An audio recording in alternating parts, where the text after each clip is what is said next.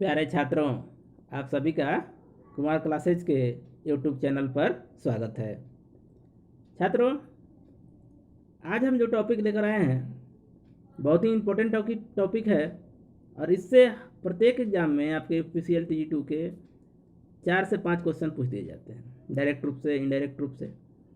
और बच्चे समझ नहीं पाते हैं कि क्वेश्चन ये पूछ क्या रहा है, वो थोड़ा कन्फ्यूज हो जाते हैं और गलत कर जाते हैं, या बहुत बच्चे रटने का प्रयास करते हैं और उसमें वो समझ नहीं पाते हैं और गलत हो जाता है। तो आज मैं आपको एक ऐसा संतुलनात्मक अध्ययन करके बताऊंगा मैग्नेटिक सर्किट और इलेक्ट्रिक सर्किट का, ये सारे क्वेश्चन आपको इससे याद हो जाएंगे और कभी आप भूलेंगे नहीं, चुटकियों में याद करेंगे हम लोग। तो थोड़ा सा पहले समझिए, इसके बाद मैं बताऊंगा कि कैसे आप इसको याद रखेंगे। पूरा वीडियो देखिएगा तब आपको समझ में आएगा। चलिए, और अगर अच्छा लगे वीडियो तो सब्सक्राइब और शेयर जरूर करिएगा। देखिए, जो क्वेश्चन पूछा जाता है पहले उसको नेचर को समझिए। क्वेश्चन आपसे एक एग्जाम में पूछा जाता है, एक तो डायरेक्ट क्वेश्चन पूछा जाता है, भाई बताइए करंट का मात्रक क्या होता है। तो आप सब जानते हैं क्या होता है, एम्पियर होता है, ठीक है। फिर उसी तरह पूछा जाता है फ्लक्स का मात्रक क्या होता है, तो वेबर होता है। इतना तो आप याद किए हैं, जानते हैं। चलिए, लेकिन अब मैं आपको जो बताने जा रहा हूँ वो क्वेश्चन थोड़ा सा डिफरेंट पूछा जाता है और रटने से याद नहीं हो पाता है आपको। अब समझिए एक चीज़ को कि करंट क्या है। आप जानते हैं कि करंट क्या है, कि विद्युतीय परिपथ में धारा प्रवाह जो होता है, जो चालक में एक स्थान से दूसरे स्थान पर धारा जाती है, वो करंट कहलाती है। जो इलेक्ट्रॉनों के प्रवाह के कारण होती है, ये भी जानते हैं, या आवेश के प्रवाह के कारण होता है, ये भी आप जानते हैं। अब देखिए, आप क्वेश्चन आप क्या पूछेगा, आपसे क्वेश्चन पूछेगा कि ये बताइए कि चुंबकीय परिपथ में करंट के समान कौन सा है, निम्न में से कौन सा है। क्या पूछेगा क्वेश्चन आपसे कि चुंबकीय परिपथ में करंट के समान, विद्युतीय परिपथ में जिस तरह करंट काम करता है उसी तरह यहाँ कौन सा है, कौन सा निम्न में से है। आपको 4 ऑप्शन दे देगा। तो हमारा आंसर क्या होगा, देखिए हमने लिखा है करंट यानी फ्लक्स।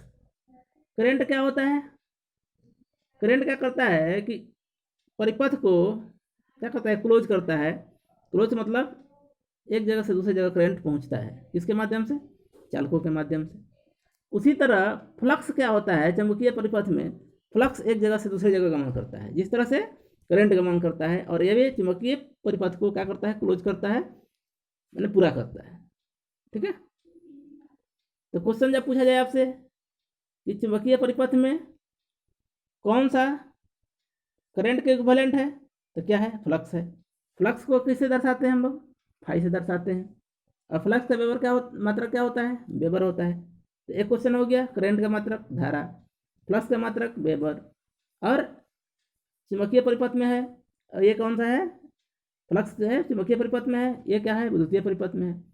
आप समझ गए होंगे। दूसरा क्वेश्चन पूछेगा आपसे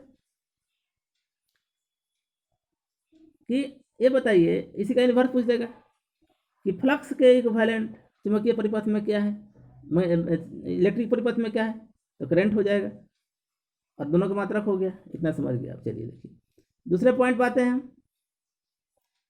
क्या लिखा हुआ है, ईएमएफ, ईएमएफ अर्थात वोल्टेज, और यहाँ उसके समतुल्य कौन है, एमएमएफ है, मैग्नेटिक मोटिव फोर्स यानी विद्युत चुंबकीय वाहक बल, ठीक है। यहाँ बोलता है मैग्नेटिक मोटिव फोर्स, ठीक है, चुंबकीय वाहक बल।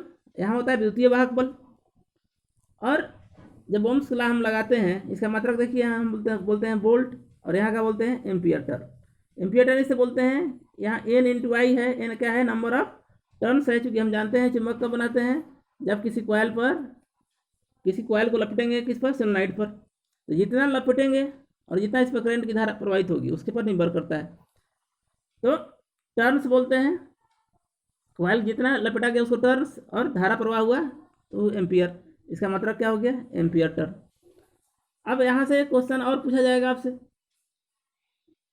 कि मैग्नेटिक परिपथ में विद्युतवाहक बल के समान कौन है, तो कौन है, एमएमएफ है, चुंबकीय वाहक बल है। मात्रक इसका वोल्ट, और इसका क्या हो गया, एम्पियर टर्न। दूसरा क्वेश्चन इससे पूछेगा, देखिए ये दोनों ओम्स लॉ पर डिपेंड करता है, ठीक है। आगे हम लोग देखते हैं इसमें। अब देखिए तीसरा नंबर है रेजिस्टेंस और यहाँ है रिलक्टेंस। रेजिस्टेंस क्या करता है? धारा के परिवर्तन का विरोध करता है। किसी परिपथ में धारा के परिवर्तन का विरोध करता है।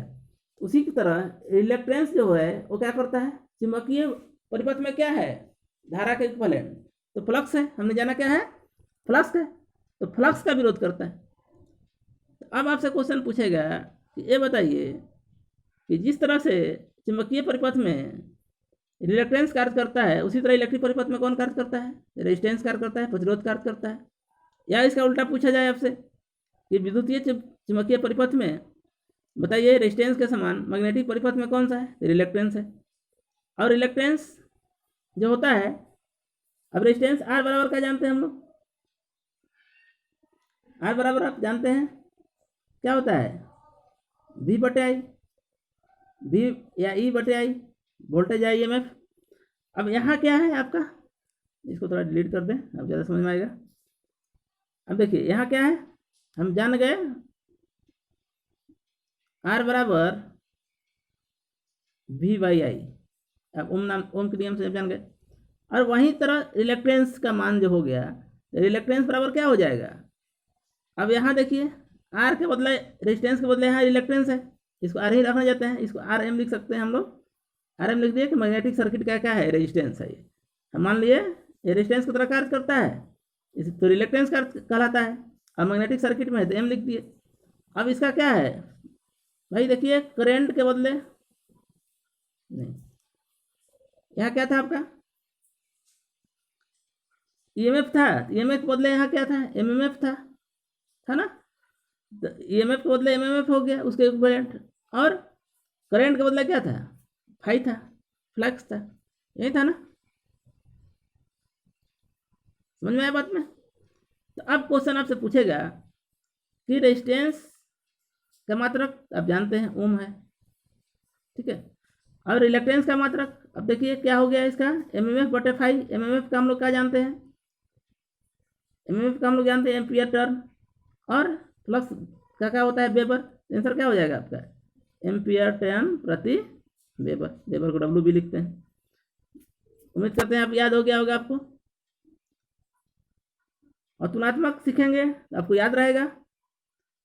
अब देखिए इसी तरह मैंने लिख भी दिया ओम, और यहाँ क्या हो गया? एम्पियर टर्न प्रति वेबर। कैसे आ गया? ओम्स लॉ से ही आया। यहाँ पर भी ओम्स लॉ ही लग रहा है, उसी के समतुल्य है, ठीक है। देखिए वी बटे आर हुआ है यहाँ पर, आर बराबर, और यहाँ रिलक्टेंस है तो क्या हो जाएगा? एमएमएफ बटे 5 हो गया। तो क्या हो गया? ये एम्पियर टर्न प्रति वेबर हो गया। 3 चीज समझ में आ गया होगा आपको। चलिए आगे देखते हैं। उसी तरह आपको यहाँ पर देखिए रेजिस्टिविटी। रेजिस्टिविटी क्या होती है? इसको हिंदी में बोलते हैं प्रतिरोधकता। रेजिस्टिविटी मतलब प्रतिरोधकता। प्रतिरोधकता वह कहलाती है कि प्रति सेंटीमीटर, मतलब 1 सेंटीमीटर लंबाई और मोटाई में जितना भी प्रतिरोध का मान है वो क्या कहलाएगा? रेजिस्टिविटी कहलाएगा। उसी तरह रिलेक्टिविटी क्या हो गया? मैग्नेटिक सर्किट में क्या हो गया? इलेक्ट्रिविटी हो गया। तो पहला क्वेश्चन पूछेगा कि रेजिस्टिविटी के इक्विवेलेंट इलेक्ट्रिविटी क्या होगा? मैग्नेटिक सर्किट में इलेक्ट्रिविटी होगा। या ये क्वेश्चन पूछेगा आपको इसके समतुल्य क्या होगा, ठीक है। ये हो जाएगा आपका। इसका मतलब क्या होता है जानते हैं आप? ओम मीटर, ठीक है। अब उसी तरह कंडक्टिविटी। तो कंडक्टिविटी किसका उल्टा होता है? रेजिस्टिविटी का उल्टा होता है, रेजिस्टेंस का उल्टा होता है। और इसका मतलब क्या होता है? महो या सीमेन। उसी तरह परमिलिटी। तो परमिलिटी का मतलब क्या होता है? चुंबकशीलता आंसर होगा, ठीक है। इसका मतलब क्या होगा? इसका कोई मात्रक नहीं होता है, ठीक है। और इसी तरह कंडक्टेंस। कंडक्टेंस क्या है? गुण है। किसी धारा में प्रवाह का क्या है? गुण है। और वही काम करता है क्या? परमियंस यानी फ्लक्स को बहाने का कार्य करता है, ठीक है। रेजिस्टिविटी रोकता है, इसका अपोजिट। अब एक क्वेश्चन ये भी पूछ देगा कि रेजिस्टिविटी का उल्टा क्या होता है इलेक्ट्रिक सर्किट में? तो कंडक्टेंस होता है। और वही काम क्या करता है? रेजिस्टिविटी इलेक्ट्रिविटी का उल्टा क्या हो जाएगा? परमियंस हो जाएगा, ठीक है। आप समझ गए होंगे। अब देख लीजिए, और एक चीज आपको पूछा जाएगा।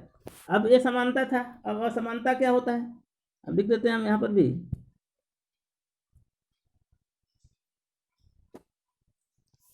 इलेक्ट्रिक सर्किट यहाँ मान लीजिए लिख दिया हम, इलेक्ट्रिक सर्किट यहाँ हो गया मैग्नेटिक सर्किट।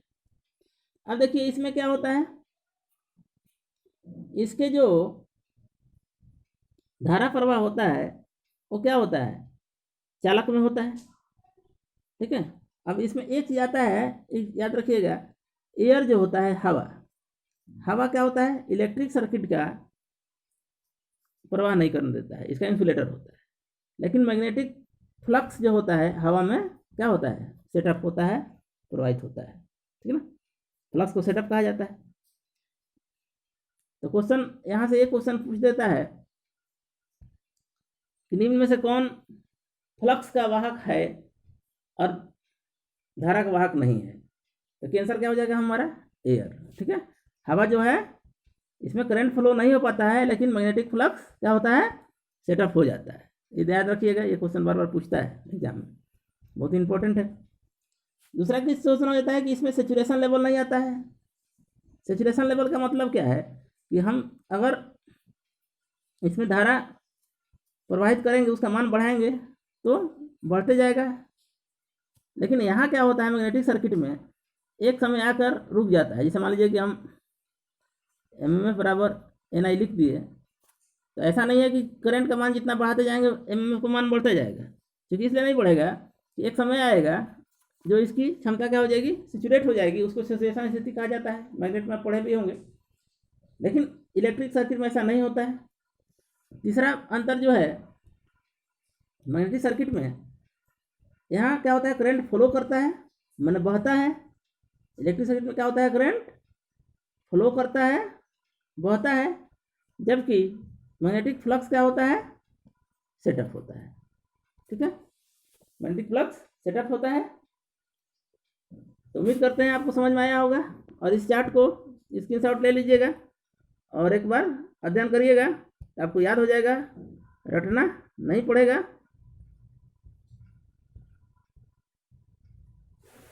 तो थैंक यू, मिलते हैं नेक्स्ट वीडियो में।